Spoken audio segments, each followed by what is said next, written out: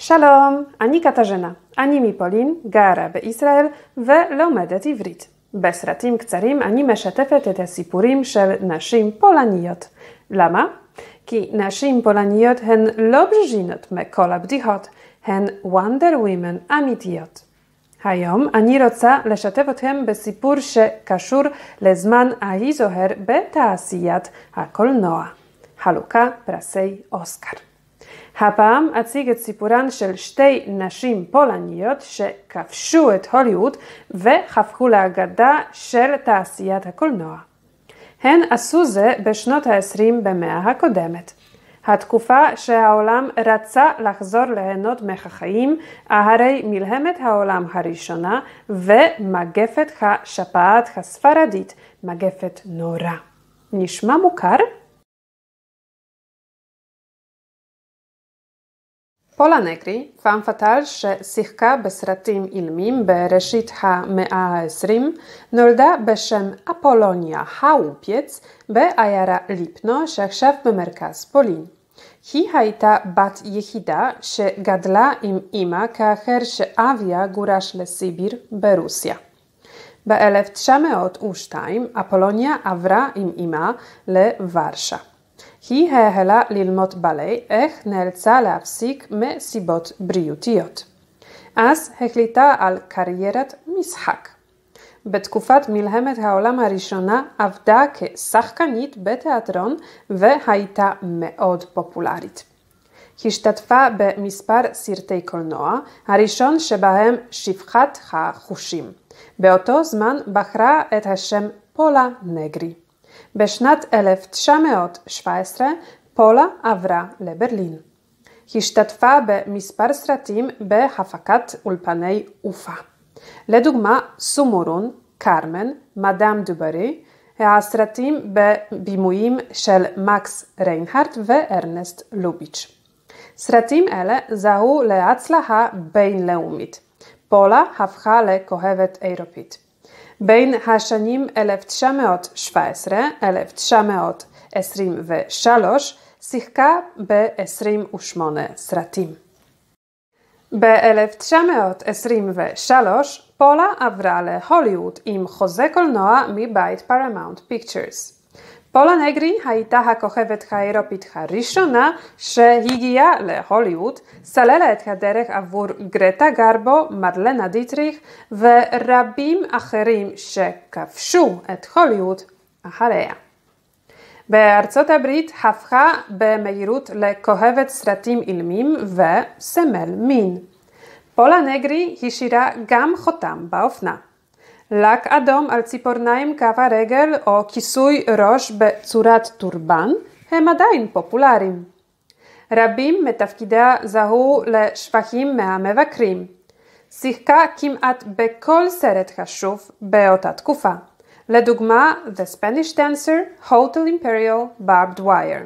היו לה רומנים מתוקשרים עם רודולף ולנטינו וצ'רלי צ'פלין, אשר תרמו ליחסי הציבור שלה ולתדמית הזוהרת. היא תמיד טענה שרודולף ולנטינו הוא היה אהבת חייה. באותה העת הייתה לאישה העשירה ביותר בתעשיית הקולנוע. התגוררה בווילה מפוארת בלוס אנג'לס שנבנתה להעתק לבית הלבן. בסוף שנות ה-20 המאוחרות הגיע קיצו של הקולנוע האילם, אשר סימן את סוף הקריירה של פולה נגרי. המבטא הכבד שלה הפך למכשול בסרטים המדוברים. היא הספיקה לככב בשני סרטים מדוברים, אך בגלל התגובות של הקהל לגבי המבטא הודיעו לה האולפנים כי לא ימשיכו בהתקשרות איתה. קוד הייז גם השפיעה על דעת הקריירה שלה. סצנות של תשוקה שבזכותן הפכה לכוכבת לא נראו עוד על המסכים. בעקבות זאת שבה לאירופה והשתתפה במספר סרטים שהופקו באנגליה ובאולפני אופה בגרמניה. ב-1941 פולה שבעה לארצות הברית. ב-1950 בילי ויידר הציעה לה לגלם את תפקיד של נורמה דזמונד בשדרות סאנסט. נגרי דחתה את הצעתו בגלל שסירבה בתוקף לגלם את דמותה של כוכבת עבר. בשנת 1964 השתתפה בסרט בפעם האחרונה. במשך שארית חייה התגוררה בסן אנטוניו.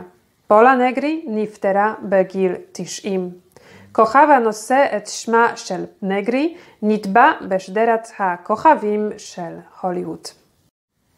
פולה נגרי לא הייתה הפולניה הראשונה ששמה הונצח בשדרת הכוכבים של הוליווד. גילדה גריי הייתה הראשונה. היא נולדה כמריאנה מיכלסקה בקרקוב בשנת 1901 או ברדלבו בשנת 1895. בשנת 1909 היגרה עם הוריה מקס וונדה מיכלסקי לארצות הברית. גילדה הייתה שחקנית ורקדנית שהציגה בפני הקהל האמריקני ריקוד בשם שימי, שהפך לאופנתי בשנות ה-20 של המאה ה-20. אפילו היום הרבה אנשים ברחבי העולם אוהבים ורוקדים את שימי. מריאנה שינתה את שמה לגילדה גריי על פי המלצה של חברתה סופי טאקר, שנולדה בשם סוניה קליש בעיר טולטון. סופי היא יהודייה שהייתה זמרת, קומיקאית, שחקנית ומגישה רדיו, אחת מהבדרניות הפופולריות ביותר באמריקה במחצית הראשונה של המאה ה-20. ידועה בכינויה The Last of the Red Hot Mamas. גילדה משכה במהירות את תשומת ליבו של מארגן מחזות זמר ומופעים בברודווי, פלורנס זיגפלד. הודות להופעותיה של האישה הפולניה בזיגפלד פוליס, פופולריות של הריקוד שימי התפשטה ברחבי אמריקה. גילדה גריי הפכה לאחת מסמלי שנות ה-20. אבל הופעות אצל זיגפלד היו רק אמצעי לממש את החלום האמיתי, הוליווד. בפעם הראשונה הופיעה גילדה בסרט בשנות 1919. בשנים הראשונות הציגה את הריקוד שימי בכמה סרטים אילמים. הסרט אלומה מהים הדרומי מ-1926 הפך אותה לכוכבת. הסרט הרוויח $3 מיליון בשלושת החודשים הראשונים ודורג במקום הראשון בין הסרטים המרוויחים ביותר באותה שנה. הסרט הבא היה רקדנית השטן, שהופק על ידי סמיואל גולדווין, יליד ורשה. הסרט פיקדילי משנת 1929 הביא אהדה עצומה לגילדה. בשנת 1929, עם קריסת שוק המניות, איבדה גילדה גריי את מרבים הנכסים הפיננסיים שלה. היא הצליחה להשיג עבודה בתיאטרון בניו יורק וגם הופיעה על הבמה בקליבלנד. היא לא הצליחה להחזיר את מעמדה ככוכבת. במהלך מלחמת העולם השנייה, גילדה גריי גייסה כסף עבור פולין.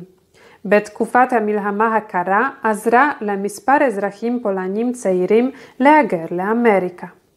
היא גם סבסדה את השכלתם בארצות הברית. בשנת 1946 יצאה למסכי קולנוע סרט גילדה, בכיכובה ריטה הייוורד, מבוסס על קורות החיים של גריי. השחקנית תבעה המפיקים בגין שימוש בלתי חוקי בביוגרפיה שלה. גילדה גריי נפטרה בדצמבר 1959. הצגתי רק שתי דמויות, אבל הרשימה ארוכה בהרבה. יואננה פצוע מוכרת מפארק גורקי ובריחה מסוביבור, איזבלה סקורופקו, נערת ג'יימס בונד בסרט גולדנאי, עין הזהב, או רופאה בכשתיים, וגם אליציה בחלדה צורוש, דגמרה דומינצ'ק, יואננה קוליק, קרולינה ויידה, ורוניקה רוסטי, מיה ושיקובסקי ועוד ועוד ועוד. וגם הפולנים שעובדים מאחורי המצלמה, מעצבים תלבושות ותפאורה, עובדים בהפקה. כשהייתי ילדה, בדומה כנראה לילדים אחרים, אהבתי לחפש שמות פולנים ברשימות של צוותי הפקה בסיומם של סרטים אמריקאים. האם עשיתם את אותו דבר? אז זהו זה. אהבתם את הפרק? האם אתם רוצים לדעת יותר על שחקניות פולניות אחרות?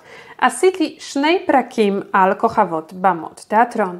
פרק מספר 6 על הלנה מודrzejewska ופרק מספר 8 על אידה קמינסקה.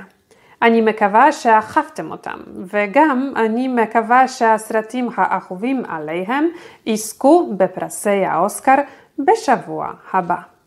להתראות בקרוב בפרק הבא. השנה אני מתכוונת להפתיע אתכם בסדרת הסרטונים שלי.